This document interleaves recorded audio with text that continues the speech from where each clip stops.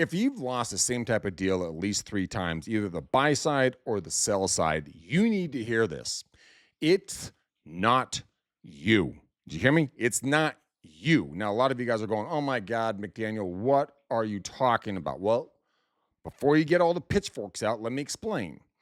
I bet you start with urgency, right? You're like, oh my God, we need to decide today. We need to move forward. We need to execute. We need to get the contract signed. Fill in the blank, right? But here's the real thing about that. When you go into a listing appointment or a buyer's, presentation or whatever you're going to be going in and working with a client, right?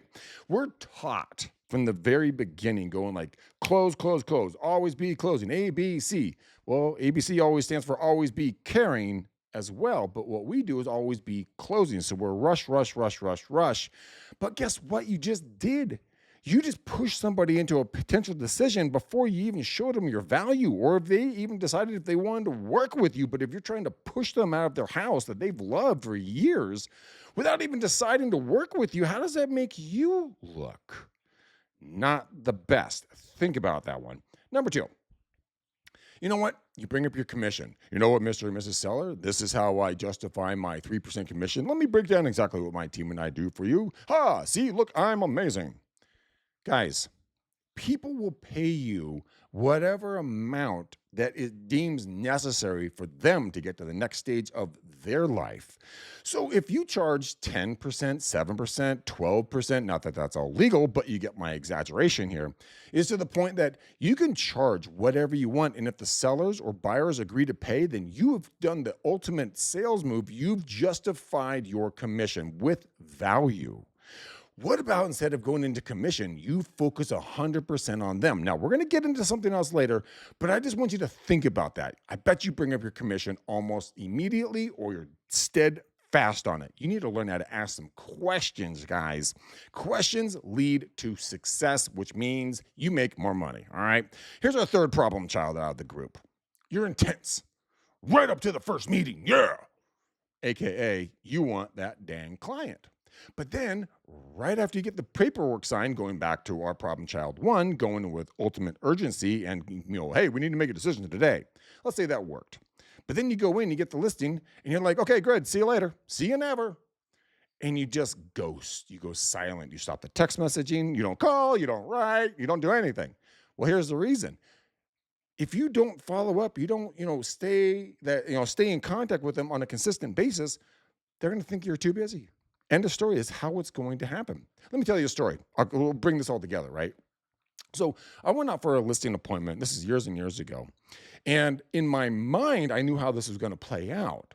So we sat down. I didn't push for urgency, and I'll explain to you why I didn't do that. I didn't bring up my commissions. I asked a lot of questions. They had some questions about how we operated our team. And in my mind, I knew to the fact that our team operated that, I'm going to be the primary agent. My support staff are going to be doing the back end paperwork. They'll be in communication more often than not. But if you have any questions, please give me a call or text. I'm always here. I forgot the second part to say that on that particular meeting. So I thought I did a great job. We had a great time. We had some laughs. I walked out of the listing appointment. We're going to come back and talk to them in about a day. Boom. I'm like, boom, money, cash. I got it. Nope. I forgot a strategic part of this. I went silent. I didn't follow up. I didn't, even with all the great accolades, everyone loved each other at the end of the meeting. I went silent. I ghosted them. And when they said, hey, we went with something different, I was definitely, ego was hit on that one. I was a little hurt because I really thought I did a good job. Here's what I did, guys. I didn't explain to the fact that I was going to walk next to them and guard them the entire time. What they heard was that, as soon as you join, or as soon as you list with Greg, then you're second-class citizen. You're going to go talk to my staff, and Greg's too busy not to, he can't talk to you. That's what they heard. And I lost that deal. I learned a lesson on that one. Holy mackerel socks that I learned a lesson.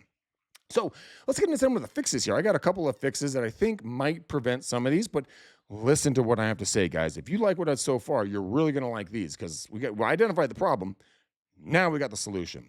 So don't ask for a decision the same meeting. Guys, you just pitched them on a sale. Why don't you let them digest it a little bit? Don't say, well, sir, ma'am, we need to make a decision today because, my team and I, we want to get to work for you immediately to do our marketing plan and do all these awesome gadgets and wackadoodles and schming schmangs that, that you saw in our listing presentation. We got to get to work, and legally to represent you, we have to get this document signed. But we just sat down 20 minutes ago, sir. Yes, sir. We need to move now. We got to make a decision. Guys, don't push people into that stuff. This is a very large decision, hundreds of thousands of dollars, millions or tens of millions of dollars on the line. You have to give them a little time to breathe.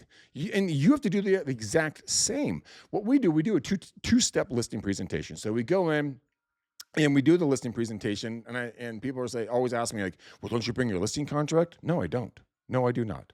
Here's the reason why. Because I am making a decision if I want to work with them. If they're batshit crazy, then no, I don't want to work with them. They're going to be energy and time vampires? No, I do not want to work with them. If they're going to be a bunch of ask holes, yes, I said ask holes, which means they ask a lot of stuff and it goes down a black hole and just never comes out. No, I don't want to work with them. I am looking for reasons and ways to fire them as potential clients. Greg, did you just say the F word? I did say the F word. I said fire them as clients because you only have so much time in life and in business. So we're going to spend it with people who respect you, love you, trust you with the decision making and the experience that you have, or people are going to second guess you all the way through it. Fire them. Trust me, you will be the happiest human on earth. So don't go in all needy with hat in hand. Don't beg for decisions. Give them space. Pull back a little bit. It's the give and take game, right? Then another one is, follow up on their timeline, not on your timeline. And here's the pro tip on this is that when you're stepping out of the listing presentation or the buyer's consultation and you say, well, we're gonna here's our follow-up time frame. This is how it's going to work. No, you just dictated to them something they haven't signed up for. Keep that in mind. Save it in the memory banks. What I do, and I would suggest that you guys try, excuse me for the burp, that is horribly unprofessional, my apologies, but life happens at times and it will happen to you in listing presentations, so get over it, you're human. Here's the thing. I always ask and I say, Mr. and Mrs. Seller or Mr. or Mrs. Buyer, whoever I'm talking to, right? I say, you know what? What's the best way to follow up with you? Is it text, email, or phone calls? And which one of you would like to be point? Who should I harass? With a big joke and a smile, right? And they say, oh, well, why don't you go ahead and the wife or the husband, hey, get a hold of me, or hey, get a hold of me. And I like it, this message way or text message, Facebook, whatever, right? Whatever they like. Okay, cool. Not a problem. You've done two things. You've empowered them and you're speaking the way they want to be spoken to, not the way you communicate. Remember, you're getting hired. They're the boss. So you better start paying attention on how they want to be spoken to. Then you say, hey, when would you like to hear back from me next? Would it be, tomorrow at the same time? Or would you like to give it about 36 hours so you guys can digest it and kind of make sure that I am who I am, right? And when they say, well, we can do it on this type of time frame, follow up. Awesome. See you then. Boom, put it in the calendar. Don't mess that up. What I do, again, as I walk out of the listing appointment with my phone, which I don't know where it is, and I will do a selfie walking from their front door. They're not still looking at me. And I'll say, hey, guys, it's Greg. We just had an opportunity to talk. Look forward to talking to you in 24 hours. Really appreciate your time.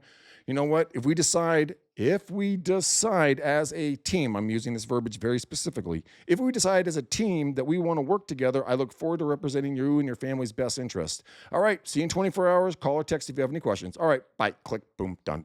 And it's out. In that time frame, I want you to go back and I want you to do a bunch of data research about the marketplace down to the minute that you're going to contact them.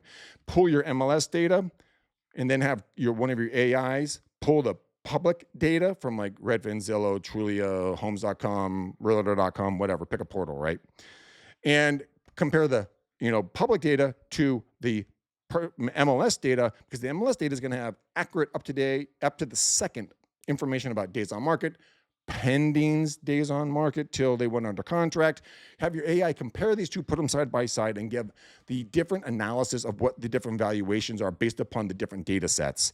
And that's where you can really have some fun with your clients, and then shoot all that data over to Claude. Claude creates an awesome presentation and you're good to go.